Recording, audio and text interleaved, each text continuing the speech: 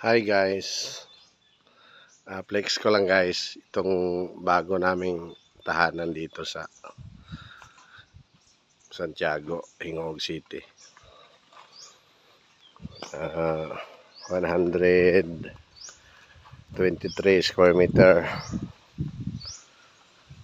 Ito yung pinatayo na napundar namin dahil ni Mita. Yan dito sa likod. Ayan, ganyan. 1 meter from the sa ubos. Nakakuan siya. Lift up ng kamay. Tapos, nagdana namin. Ayan. Pasok mo, maliit lang naman ito pero medyo komportable ka dito dahil masarap ang hangin, sariwang sariwa at saka malapit sa ilog. Ayan, makikita mo yung ilog. Ayan. Ayan, ganito lang. Pasok mo, may misa na luma yan. Ito naman yung kusina namin. Dito tayo sa kusina. Ayan. Ayan yung busing ko. Naglilinis. May papaya na guys. Ito naman yung CR namin guys.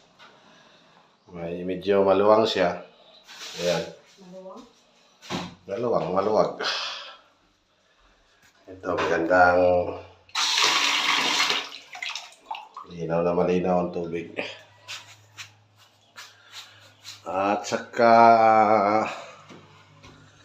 dito naman ito yung pintuan namin pala, parang banig. Naka-design siya sa banig. Solid wood, mahogany wood. Ito naman yung isang kwarto na Ayan, may dalawang bintana para mahangin. Simula dito, tanaw na tanaw mo yung ilog. Ayun. Ayan, ganyan lang.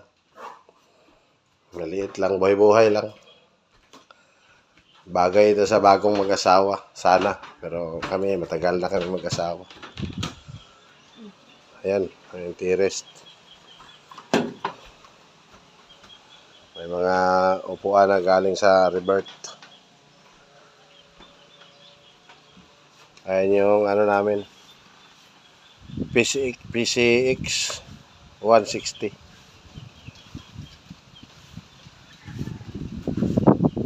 Ayan lang guys. Bye-bye.